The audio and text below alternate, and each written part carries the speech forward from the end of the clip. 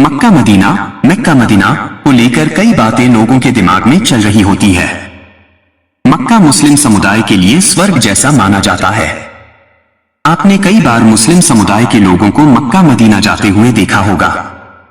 यदि किसी एक गांव से एक व्यक्ति मक्का जाता है तो उसे पूरा गांव व पंचायत एयरपोर्ट तक छोड़ने चले जाते हैं। सऊदी अरब में मक्का और मदीना स्थित है। ये दोनों शहर पूरे विश्व भर के मुसलमानों के लिए सबसे पाक स्थान माना जाता है। यहां आने वाले अपने आप को सबसे बड़े भाग्यशाली मानते हैं। इस स्थान पर केवल मुसलमान जा सकते हैं। मक्का मदीना में हर साल हज करने लाखों मुसलमान दुनिया के कोने कोने से पहुंचते हैं।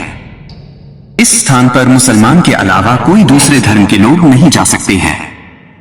बता दें कि मक्का मदीना में पैगंबर मोहम्मद की कब्र बनी है।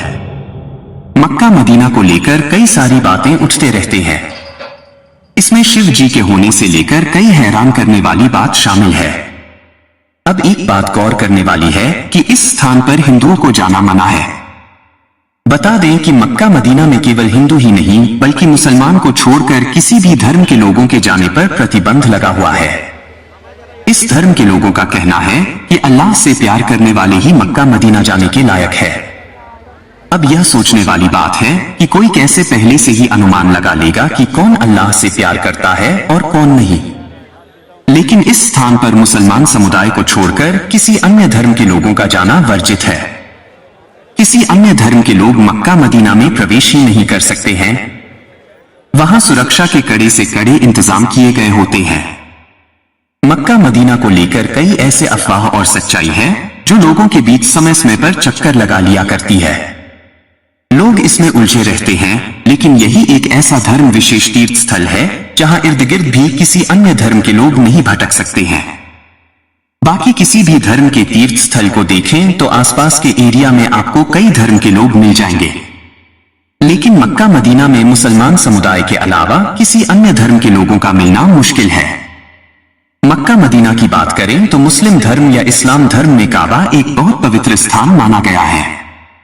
यहां पूरी दुनिया से लाखों मुस्लिम लोग आकर अपने खुदा की इबादत करते हैं। अगर इसके इतिहास की बात करें तो काबा मुसलमानों से भी पहले की जगह है। खुद मोहम्मद साहब ने कहा था कि यह अल्लाह के द्वारा जन्नत से बनाया गया तीर्थ स्थान है। पूरी दुनिया के सभी मुसलमान चाहे वे कहीं भी हो नमाज के समय अपना मुंह काबा की ओर ही रखते हैं। काबा में 365 मूर्तियां माना जाता है कि काबा में 365 मूर्तियां थी, यानी हर दिन के लिए अलग अलग मूर्ति।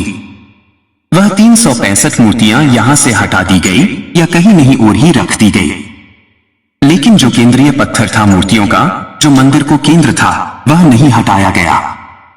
शिव का काबा से प्राचीन जुड़ावा प्रथम शताब्दी के अरब के रोमक इतिहासकार दियोद्रसलस लिखते हैं कि यहाँ इस देश में मंदिर है जो अरबों का अत्यंत पूजनीय है। इस बात से दियोद्रसलस ये बताना चाहते थे कि भगवान शिव का काबा से कोई ना कोई प्राचीन जुड़ावा जरूर है। गैर इस्लामिक व्यक्तियों के काबा जाने पर प्रतिबंध मक्का में जाने के लिए मुख्य नगर जेद्दाह है। यह नगर एक बंदरगाह है जो कि अंतर्राष्ट्रीय हवाई मार्ग का मुख्य केंद्र भी है। जेद्दाह से मक्का जाने वाले लोगों के लिए मार्ग पर ये निर्देश लिखे होते हैं कि यहाँ मुसलमानों के अतिरिक्त किसी भी और धर्म का व्यक्ति का प्रवेश वर्जित है। अधिकांश सूचनाएं अरबी भाषा में लिखी होती हैं, जिसे अन्य देशों के लोग बहुत कम जानते हैं। वहीं अब तक इन सूचनाओं में यह भी लिखा जाता था कि काफिरों का प्रवेश प्रतिबंधित है, लेकिन अब काफिर शब्द को हटाकर इसके स्थान पर नॉन मुस्लिम यानी गैर मुस्लिमों का प्रवेश वर्जित है लिखा था। दरअसल काफिर शब्द का उपयोग नास्तिक के लिए किया जाता है। काबा के सवाल पर डॉ जाकिर नाइक का जवाब काबा पर ऐसे ही कई सवाल जिसके सवाल का जवाब डॉ जाकिर नाइक ने अपने रिसर्च करने की कोशिश की है और उन्होंने कई किताबें भी लिखी हैं। उनके हिसाब से यह सच है कि कानूनी तौर पर मक्का और मदीना शरीफ के पवित्र नगरों में गैर मुस्लिमों को प्रवेश करने की अनुमति नहीं है। निम्नलिखित तथ्यों द्वारा प्रतिबंध के पीछे कारणों और औचित्य का स्पष्टीकरण किया गया है। मुसलमानों के सबसे बड़े तीर्थ मक्का के बारे में कहते हैं कि वह मक्केश्वर महादेव का मंदिर था। वहां काले पत्थर का विशाल शिवलिंग था जो खंडित अवस्था में अब भी वहां है। हज के दौरान इस काले पत्थर को मुसलमान उसे ही पूजते और चूमते हैं। इसके बारे में प्रसिद्ध इतिहासकार स्वीपी एन ओक ने अपनी पुस्तक वैदिक विश्व राष्ट्र का इतिहास में इसका विस्तार पूर्वक वर्णन किया से है। वहीं कई इतिहासकार का मानना है कि अरब में मोहम्मद पैगंबर से पूर्व शिवलिंग को लात कहा जाता था। मक्का के काबा में जिस काले पत्थर को चुमा जाता है उसका भविष्य पुराण में उल्लेख मक्केश्वर के रूप में हुआ है।